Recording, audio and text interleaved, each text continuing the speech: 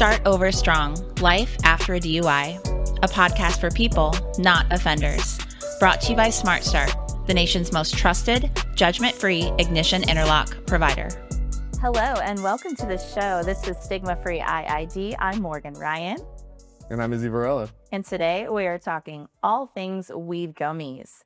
It feels like overnight, weed kind of went from being this thing that was hidden, and now all of a sudden you can get weed, so to speak, THC, CBG, CBD, weed alphabet soup, in any form. You can purchase it on the shelf. You can get it at gas stations and all the things. And today we're going to dissect what that looks like for impairment. So for someone that is new to this, including partly myself, what are the main types of marijuana here? And I guess I'm going to start by saying this too, Izzy. Marijuana is not evil. Alcohol is not evil. We have to stop treating marijuana like it's this substance, so to speak. And I understand it is illegal in some states, but in a lot of states it's not. Yeah. So for those states that we represent as a company, we have to stop treating it like it's something that is necessarily illegal if it isn't, right? No, agreed. I think that's the thing is it's similar to any substances, although the stigma is coming off of it, and it's so readily available in easy consumable forms. And it seems like overnight, like you're saying, people are just more willing to try something by itself. At its core, there's nothing evil about it. It's the way that you use it and the methods of consumption and then what you do afterwards, right? Those are the things, just like alcohol. Yeah. You can abuse almost anything. Yeah, well, it's like now we have, in this particular series, we're going to talk all about marijuana and impairment, but weed gummies in particular, how gummies are being positioned, and we are going to break down a lot of those core elements. But even the way that we used to consume, so to speak, I guess, weed, it used to be, and it still is, you would get kush or bud, and you would physically touch this, bud, you would break it up, it would be sticky on your fingers, then you're grinding it, and then you're taking out seeds, and then you're putting it in a bowl or some type of mechanism where you're going to smoke it, or be in the vicinity, right? We've talked on air before with Steve Luce about hotboxing, right? Yeah, in a car. definitely. And that whole process from start to finish was this very physical process. And now you can just go pick up, as far as I understand, like a THC drink that's been marketed and packaged on the shelf. At a store, at a liquor store in Texas, or available liquor store. Yeah, and the method of preparing it has changed. The methods of getting it have changed, right? It used to be something seedy. You have to kind of go underground, find your dealer or something to get it, and that's completely changed. And now it's basically you go to a liquor store or a gas station that's available, and you pick it up in a form that's easily consumable, and there's no smell, there's no stigma, there's no one really judging you on it. So it just becomes something that is all the barrier of entry or the things that made it difficult are gone. Yeah.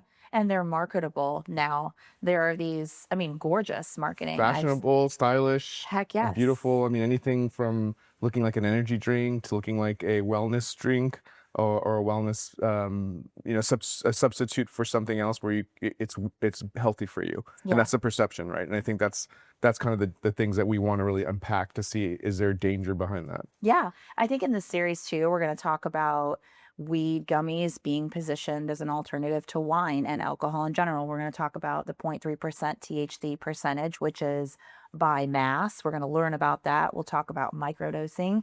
We'll talk about advertisements to physically encourage you to cut a gummy literally in half. Like, how do you trust that the distribution of whatever's in there, that the gelatin isn't causing it to rise or fall, or and then, we'll cover the gamut in terms of the legal side too. We are going to bring on Steve Luce in a later episode for this series to talk about, is it lobotomy? Phlebotomy. Phlebotomy. Not that. Yeah, phlebotomy, yes. Where they're actually taking your blood and drawing your blood to determine the level of marijuana in your system at the point of impairment and driving. So let's start by breaking down the different types. We have CBD, THC, and CBG. So Izzy, start us off. THC, what is it and how does it make you feel? So there are different versions of the consumption of hemp or marijuana. THC is basically the one that most people recognize. It is tetrahydrocannabinol. Forgive me if I'm not pronouncing it correctly, but this is the one that's actually psychoactive. This is the one that makes you have that feeling of high. It is the active component in marijuana, so it gives you that feeling that affect your reaction time, your coordination, your judgment. It's the main one that is tied to DUIs. So that's kind of the one that you really think of is the one that's going to be a psychoactive, different feeling. You feel high. CBD, cannabidiol, as a non-psychoactive. It doesn't make you feel high. This is the one that you saw marketed pretty persistently as a calming substance. So basically, it's stress relief. I got one of these in my Christmas stocking.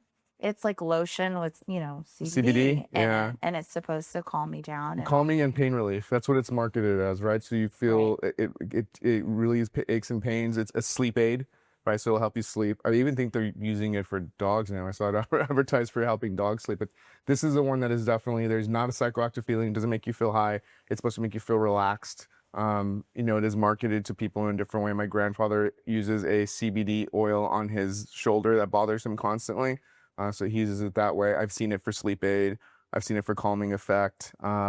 If you go into to restaurants or bars now, they actually market it as an alcohol alternative. So you can actually have a drink with CBD in it that's supposed to make you feel more relaxed. I remember the first time I saw this was probably about 10 years ago in San Diego, where it was legal in California, not Texas, and they actually had a CBD alternative drink for those that didn't want to consume alcohol. So that's one other thing is as you see consumption of alcohol decline, people are looking for an alternative, and CBD drinks, THC drinks are that alternative for some people. so basically, you have between the two, the THC and CBD, one is actually a psychoactive Correct. compound, the other is not. And I love that you bring the history from California as well. I did my undergrad in California, University of San Francisco, right? Haight-Ashbury, like the mecca yeah, of all things weed and drugs. And interestingly enough, I think your background, sometimes I feel like I live under a rock. Maybe it's just because I am like in early, like I have young kids, but you have kiddos too. I do. But you just come from that culture where it's like a little bit ahead of the game in terms of the rest of the country. Yes. More trend setting. The thought of putting, I mean, just the forms, you're talking about lotion, you're talking about oil, you're talking about a physical compound that you can smoke. There's our brand manager told me today, she helped write the episode. She talked about it being in vape form, vape and form. we talked about bongs and pens and all types of forms that essentially these compounds can take. Yeah, of course. A lot of background in like concerts, tours. I see that kind of comes with the game. That you travel, you kind of see those things going on, and didn't really partake much, but it's actually just part of the Much. Didn't partake much. But I like that background too, though, yes. because we need to be honest about consumption Yeah, ourselves. and I have young kids, right? So for me, that's been the thing is like if it looks innocuous, doesn't mean it's innocuous. It means it's a safe thing. You have to really consider what it's going to do to you. And CBD, that's a big misconception that it's actually a safe product with no after effects. It's not going to do anything to calm you down, but it does affect you as far as relaxation. How you react, drowsiness, right? Getting behind the wheel after you consume a CBD product is not a good idea. It's pretty much directly put on all the warning labels of all those products, right? Is do not operate any kind of vehicle, heavy machinery. Do not, do anything that's going to be similar to what you not do when you're consuming alcohol. So I think it's very important that just because it's marketed as a health brand or alternative, it doesn't mean it's safe. It's not a good idea to operate anything when you're under the influence of any kind of THC or CBD. Yeah, impairment is impairment. I talk about this all the time. I like too where you're going in terms of understanding how these compounds, right? We have THC, that's a psychoactive compound. We have CBD, which is non-psychoactive, but it still can make you feel drowsy. And then we have CBG. Talk to me about that one. Yeah, so CBG is a little bit more unknown. It is less common. It is growing in popularity. This one's marketed more for focus, clarity, or energy. Research is still really limited on the effects of it, but you see this a lot. I think people are trying to turn to an alternative for common pharmaceuticals for things like ADHD, or I suffer from ADHD myself, and I've tried everything. I've tried, the micro mushroom compounds to help me focus. Medication is not something that worked for me. I just could not do the typical pharmacy. So any kind of things that will give me a focus as far as edge, I've tried. Methylene blue, high dosage of caffeine, just things that keep you focused. CBG is being marketed as that to really help you with focus and clarity.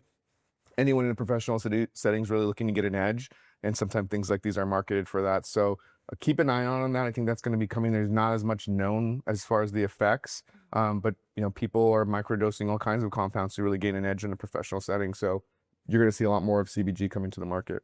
Yeah, and I think we've challenged necessarily over the past 10 years post-COVID. Perhaps there's a silver lining there in terms of what is natural, how we consume natural products. We talk a lot about, there's really no such thing as a healthy alcohol. Right. In general, Exactly. it is a poison that you're putting in your body. When we think about something like marijuana, is it healthier? These are the questions we're asking. A lot of the times I see advertisements personally for weed gummies being positioned as an alternative to wine and there being no hangover. Now you're talking about CBG being used almost as a performance mechanism for focus, clarity, and energy. While research is still limited, this leads me to things like peptides, right? And we could just go on and on. But today's episode is really about kind of starting to scratch the surface on breaking down what these chemicals are. So from a high level, to summarize, give me what THC, CBD, and CBG are. So the easy way to think about it is THC is the one that's going to change how you feel mentally. It is going to give you that high feeling, no matter how you consume it or what form. And there's different dosages for it. They'll make you feel certain levels of high, but that's going to be the one that makes you feel high. CBD is more about how your body feels. So that's the one that they're marketing as more of a relaxant, something to really help you unwind, to potentially sleep better, to relieve aches and pains. And CBG is being positioned more towards focus and alertness. But all of them can affect people differently. And that's what really gets tricky is you don't know, right? The type of product, the way that it's manufactured, the way that THC, CBD, CBG is extracted, the dosage, right? So things are dosed differently, right? It could be a package that has 10 milligram dosage or 15 milligram dosage, and you're consuming one the way you consume another, and before you know, you've consumed too much. So there's just so much nuance to everything that's being marketed. And truly, the kind of scary part is that there's not a big oversight on how it's done or what it's done. Yeah. There's not a lot of oversight. The government has done very kind of little to restrict depending on which state you are. So you have to be educated in the things that you're doing. You have to be very conscious of how you're consuming. Ask questions, always default to safety. Like we said, ultimately, whether you decide to partake in these products or not, do not get behind the wheel of a car, do not drive, really kind of listen to your body and make sure that you're in a safe setting and with people that you trust. Yeah, I want to share a silly story because you're talking about always erring on the side of safety. Just literally this past Easter, which was what, 2 or 3 weeks ago. 2 or 3 weeks ago, I was sitting at home, was visiting family, and my sister-in-law, we had sat down to play cards, and she is someone who uses THC for anxiety. She struggles from crippling anxiety. And someone who used to be heavily medicated is now more in this natural environment. And the state that they live in, it is obviously legalized. So, this experience of obtaining it is, it's low risk or whatever, low consequence. So we're sitting there playing cards and, she pours a drink, a THC drink. And, she goes, okay, she's very smart. And I watch her and she looks at, the milligrams and the dosage. And she's like, okay, I'm going to do a fourth of a cup. That's a fourth of a serving. Well, she had never had this kind before. And we literally watch, we'll call her Bree, as Bree just gets higher and higher and higher and higher throughout this card game. And we're like, we can't help you. She actually won the game, which is hilarious. But I would rather experience Bree in that form, even, in terms of safety. She took the steps she needed to be as safe as possible. Maybe she could have cut it down even more. Right. She's used to consuming half. She went for a fourth. In my opinion, she did the best that she could. There were other adults there to help care for her children, my nieces and nephews, so to speak, in the event that something happened and we need to drive them somewhere. So she's using it responsibly, which is really smart start's position. If you're in a state where it's legal, consume it responsibly, use it responsibly. But I'd rather have that version of Bree than the alternative, which is an anxious version of Bree that's heavily medicated with pharmaceuticals. I agree. I think that's the place that we are at kind of as a society. People my age, people that have drank alcohol before and use that kind of as a crutch. I think a lot of Gen X, millennials, that was what we were taught. You come home, you unwind with a glass of wine, 2 glasses of wine, 4 or 5 beers, right? And that's just a normal thing. And we're understanding the effects of that on our mind and our body, and we don't like it, right? So what are their alternatives that are going to help us to wean off any kind of substance or not use a substance, and THC, CBD, CBG has become that alternative. But again, there's so much unknown about it. There's very little time that has been that we've had since it's been marketed as an alternative, and I think, you know, it's not always safe. You got to do it in an educated way. You have to do it in a safe setting, and if that's what you choose to do, then make wise decisions. Make sure you have a ride home, or use an Uber, or, you know, be with friends. Yeah, and I equate part of this our ability to take responsibility. We are looking at labels now. Our generation, millennials, your We never generation, looked at right? it, yeah. Gen Z, Yeah. are looking at labels. They understand what the 9 means on the plu, and that it's organic or not organic, what a 4 means, and what pesticides mean. And Exactly. so I think in general, there's a natural and organic conversation happening about substituting these substances for, you know, something in terms of alcohol. I don't know what's better or worse, but what I do know is that we need to model moderation and use it responsibly. But the products that are now being sold mainstream, to me, they're fascinating. I am a sucker for branding. I'm like you. I try it all the beauty products, all the things. I'm going to try it and see if I like it. And the innovation has been incredible and remarkable. We see gummies, drinks, vapes, wellness products, like you mentioned, which I love. And then just making it more approachable compared to like traditional smoking. So let's talk though for a second about legality versus branding perception, because we are treading a dangerous line here with your kids, my kids, seeing these very accessible substances now, which again, alcohol is also accessible. So we've got to stop seeing it differently. We have to consider a substance, right?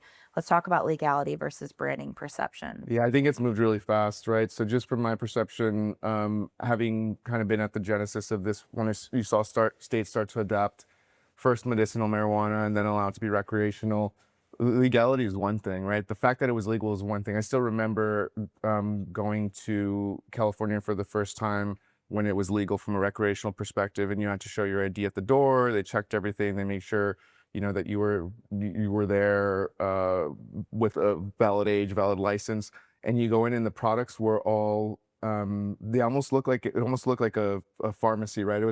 There was measured.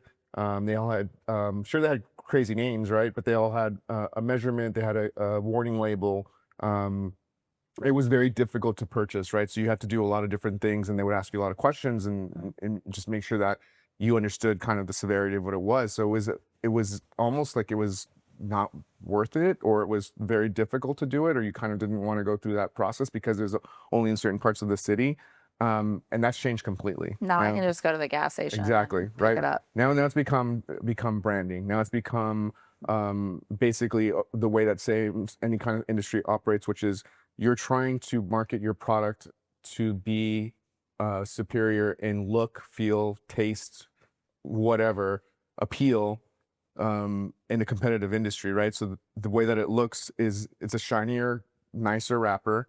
It's a more consumable method. It's either edible or drinkable, or vape.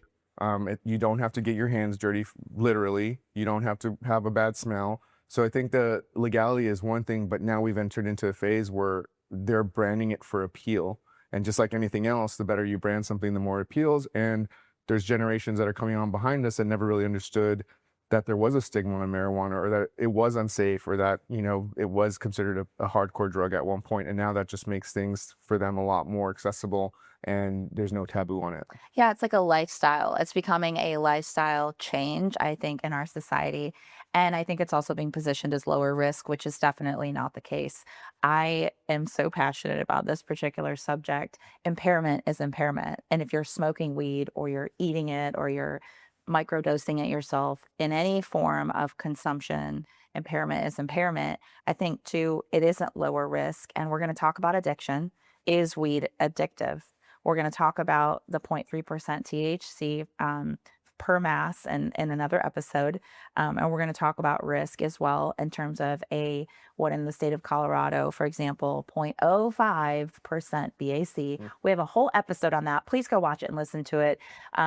If you are polyblow, meaning you have marijuana and alcohol in your system, the law only requires a 0.05 BAC percentage to get a DWI in most states. So who are we targeting though? I think to be honest, Gen Z has been targeted hard. They've sort of been risen up, so to Yes. speak, within this, but also your children, but mamas too. Like, I want to talk all about mamas in another episode because that's a whole episode. Yeah, marketing in the cannabis industry is just smart as marketing in any other industry, right? Be it health and wellness or alcohol or food products. It's you're targeting your young audiences, right? For social use, experimentation. The young audiences, they feel like they're going to get someone that will hang with their product for a long time, so they're marketing to them.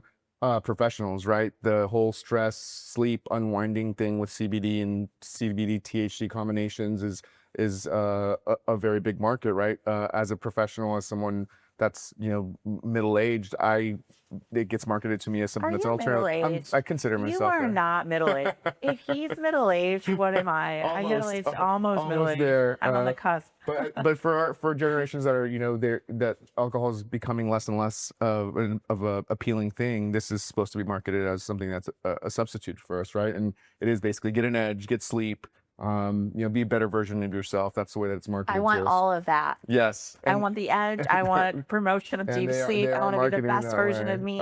Absolutely. And then for our parents and for older people, it is pain relief, anxiety relief, sleep, relaxation. There's just other things. So it's very niched. You go into a liquor store or you go into a dispensary, there's products that are marketed to different parts of the segment, older, younger, whatever. It's just a smart way to market things, right? And however they do it, there's going to be usually an audience for it. And I do think there are people that definitely qualify from a medicinal perspective. My ex-partner is a phenomenal example of this. He was ex-military, was deployed multiple times, extended deployments, and suffered with sleep. I mean, the years of my life that it impacted our entire household because of his sleep issues. Then you have things like PTSD, you have physical pain, and we're almost like, it's like we're 10 years late. Yeah, someone missed it, right? There's absolute legitimate use for this. I think they've done several studies for PTSD, for anxiety, for sleep, and they have shown benefits of CBD and THC.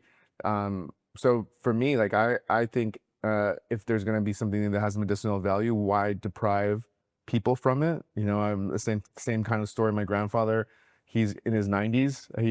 From what he told me, he never used marijuana in his 90s, not any kind of version of it. Yeah. And when in New Mexico it became legal, he started using it as a pain alternative. He has really bad shoulder pain that keeps him from sleeping, like the debilitating pain where he wakes up and he has not slept through the night, and it keeps him from sleeping, it keeps him from moving. And he substituted some of his really bad pain medication, strong pain medication, to do THC CBDs, and it helps him sleep, right? I hear the boomers they love their gummies. Yes, The they boomers do. love their gummies, Yeah. and for good reason, as long as they're not getting behind the wheel of a car Exactly. and ending up with an ignition interlock device Exactly. in their vehicle. There are different forms. What you're talking about is really how the cannabis industry has like revolutionized and diversified these products, and it's been sort of a race to the finish line. Because they're reaching not just mainstream consumers, but the consumers that you're talking about, which are more maybe traditional. And there are different forms of this, and it affects us differently. I'll go through these really quickly so that our listeners and viewers can again understand. There's smoking and vaping THC. This is going to affect you within minutes. It's going to peak quickly, and it's going to be a shorter duration. There's edibles, gummies. Ooh, chocolate. There's so there's edibles and chocolate and food. This is a much slower onset. Oh, like weed brownies. Weed brownies is one, but I've actually seen even bigger examples of this where there's like a chef's tasting and he'll put THC or CBD into the food preparation. So it's like they're doing like a omakase experience, 5 or 6 dishes that are infused with THC or CBD. So it's gone, mainstream and kind of high level with food as well. And this is a slower onset as far as I understand, often 30 minutes to 2+ hours, often metabolized differently in the liver, which can actually intensify the effects. And then beverages, this can act faster than a solid edible. And it is still unpredictable sometimes, depending on the formulation. Unpredictable. That's scary. Like tequila or vodka. Yeah. Is that what they mean by unpredictable? I think just with any drink, the way you think about it, if there's not a fiber attached to it or something for you to digest, it just goes straight into your blood faster, right? So the barrier to entry is a lot quicker, and I think very unpredictable for some person. So this is what you and I were talking about when it comes to the question of, are edibles and drinks, is it easier to overconsume an edible versus a drink? And the answer is yes, Yes, it is. absolutely. And this is well documented. Yeah, I've heard plenty of stories where like, oh, you know, I took one square, didn't work, I took a second square, and then whoa, it's too And we ended up intense. in relay. There she goes. And then I think, do people actually understand how much THC they're taking? We talked about label reading and all these things in milligrams, but unless if I'm using this for the first How would you know? time, Yeah, how do you know what 5 I have no milligrams or 10 idea what a milligrams? THC There's drink no baseline. would do to Yeah. Morgan. Yeah, no, that's tough. And I've seen one of the big things that trends now is a lot of these are marketed on social media. So like I'll get like a Instagram recommendation on a reel, and it's like take half a can to feel light, take 2 cans to float, take, you know, a can and a half to. So there's different kind of, I guess, ways of describing it, but it is very specific to the person. Are you high? Are you stoned? Are you cooked? I mean, it's different too for, you know, someone that's 115 pounds and, you know, not used to consuming that versus someone that's 220 pounds and consumes often, right? It's a very different feeling and a very different level of consumption. So prescribing 1 can or 1 can and a half for feeling is kind of dangerous if you think about it. Yeah, and I think people they don't understand their tolerance.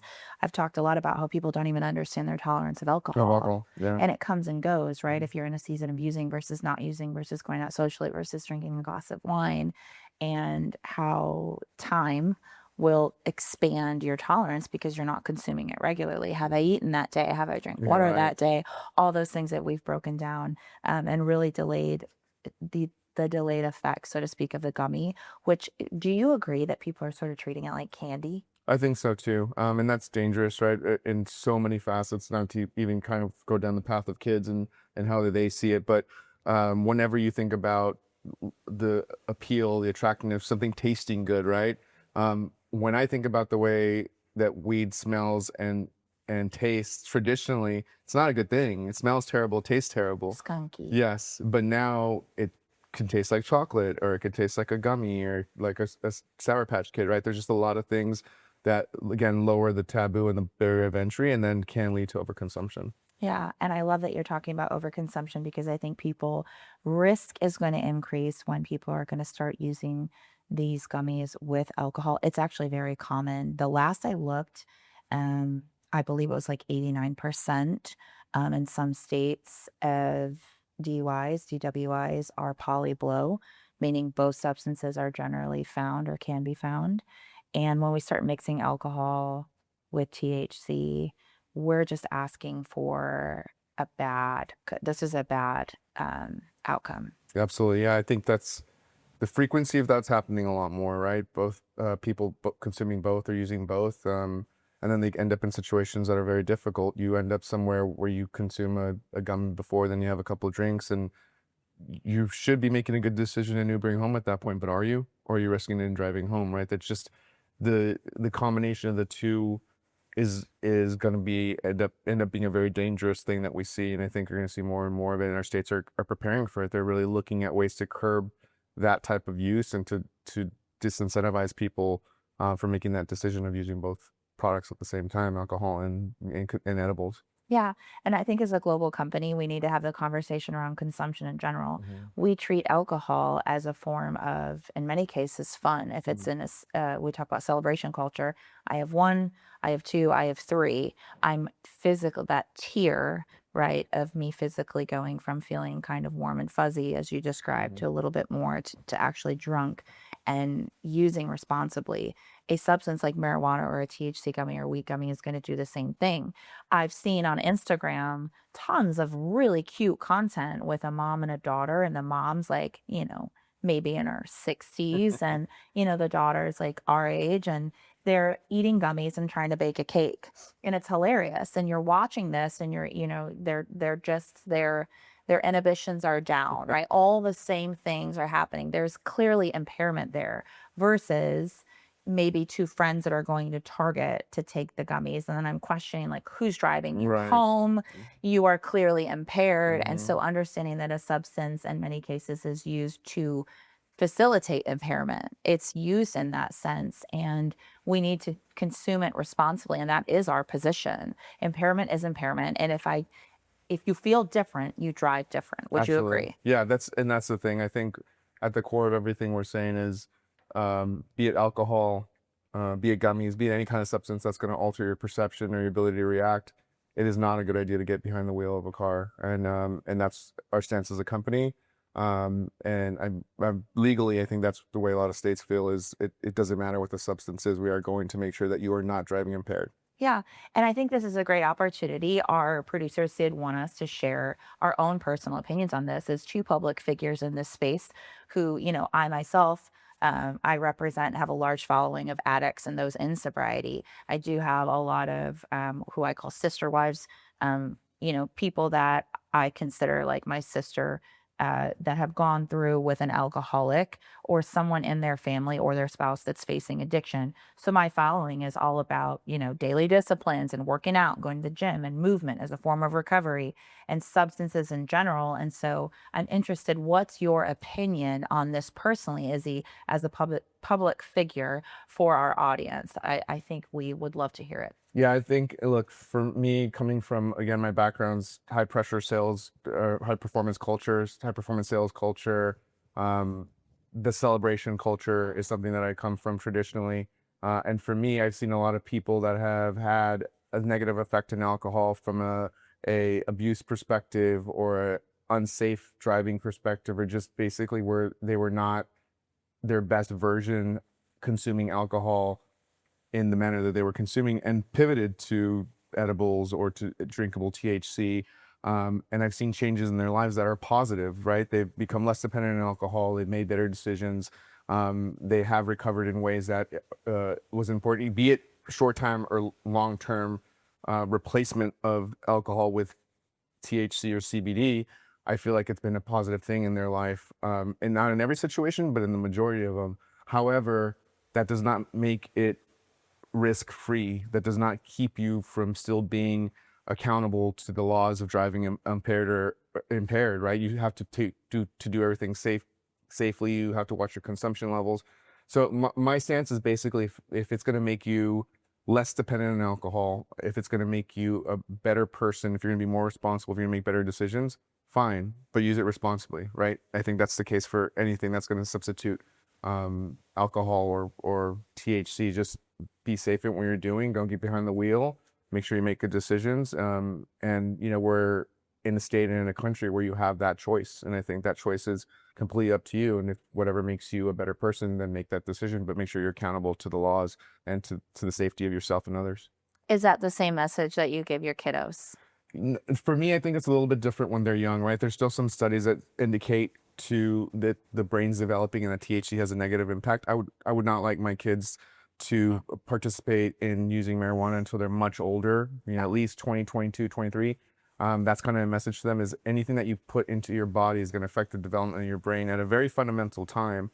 But I do talk to them about the fact that I do view marijuana as something, when used correctly, can be a safer alternative to alcohol consumption. And the good thing about the generations coming up is that they're going to be drinking less. There's less kind of that peer pressure to consume alcohol. But on the other side of it, there's a lot more pressure to consume edibles and to use vapes, because I know that that's happening in my kids' school. So it's a very difficult discussion for them to say, when and if you choose to use a substance, let's talk about it. Let's talk about the pros and cons. Let's talk about what you're going to feel and what a safe environment is. And ultimately, you make the decision to consume something. I'm here for you. If I gotta go pick you up, I'm gonna go pick you up. If you need to ride it in an Uber because you're too embarrassed for mom and dad to pick you up, we're gonna do that too. But it's an active conversation in my household all the time. Is, yeah, they may be young, but that doesn't mean that it's not happening at their school. I guarantee you it is. So I think for me, it's basically explaining to them the pros and cons of what a substance can do to them, and then making sure they understand to default to responsibility. And then if they can't default to responsibility, to default to asking for help. And that's kind of my stance with them. Yeah, that's great. My personal opinion is I am pro marijuana. I am pro using it if you are in a state where it is legal medicinally. I am for using it recreationally. Substance is substance. If you feel different, you drive different, using it responsibly is the key. Whether it's THC, CBD or CBG. CBG, I think that it's great in terms of helping along the spectrum. I love that it's being experimented with. That's how we learn as a society for health reasons or clarity and focus and promotion of deep sleep and for pain. And I think that for those reasons, I am for it. Where I falter is using it irresponsibly, using it excessively, using it in a way where it's not being moderated, so to speak.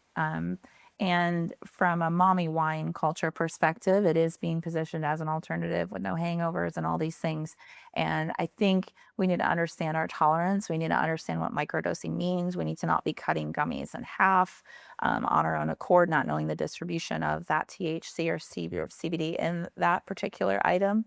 But personally, I think that it is a beautiful journey where we are right now. And I think as more states continue to legalize it, we at Smart Start will continue to as well position ourselves as a company that is, safe driving. Yes. Stay safe, drive smart, and that's our position as more states continue to legalize the drug.